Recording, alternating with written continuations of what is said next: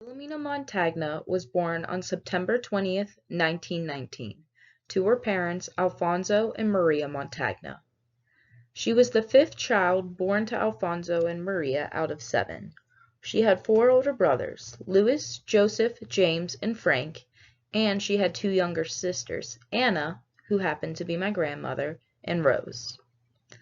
Philomena's experiences throughout the 20th century mimicked that of her fellow Americans, as they shared in similar struggles and triumphs.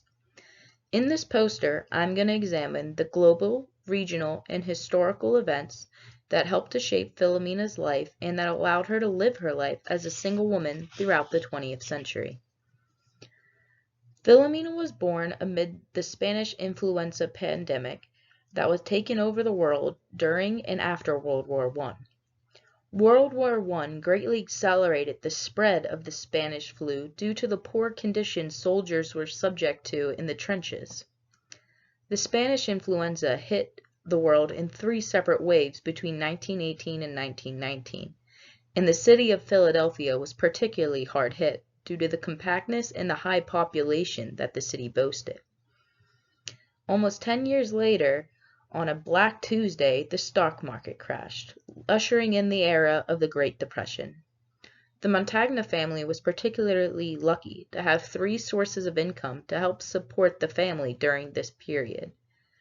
Her father, although he originally worked in packaging goods, he began working at a car foundry to bring in money for his family, while his two oldest sons, Louis and James, worked as painters according to the 1930 census. With these three sources of income, the Montagna family was able to avoid being kicked out of their houses like many of their neighbors were forced to do. It was also during this time that Philomena wrapped up her grade school education and began working as a seamstress, as it was common during this time for young children to not necessarily need a full education in order to get a job. It was more important for them to get a job and support the family. When World War II started, the United States initiated a draft so they could have enough soldiers to fight in the war effort. The Montagna family had two sons that had to serve. It was Louis and James. Together, they each served about 2 to 3 years in both domestic and foreign services. However, they only made $340 and $350 apiece. They made significantly more while they were able to work as painters back home. But during their service, they didn't make a lot, and they weren't able to get the benefits they needed until the 1950s and 60s. The living conditions during World War II greatly mimicked that of the Great Depression. Many families were still struggling to put food on the table and to find a job. However, the war effort did create and promote new jobs for women and those who could not serve in the war to take over the positions of their husbands and fathers who joined the war effort.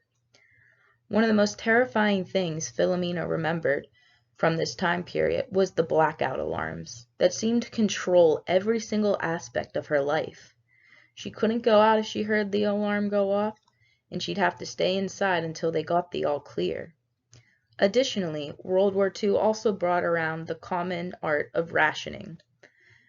On the home front, individuals were expected to not buy as much gas, sugar, butter, clothes, or automobiles, so that all of these could be turned to the war effort. Philadelphia was the center of the war effort on the eastern coast.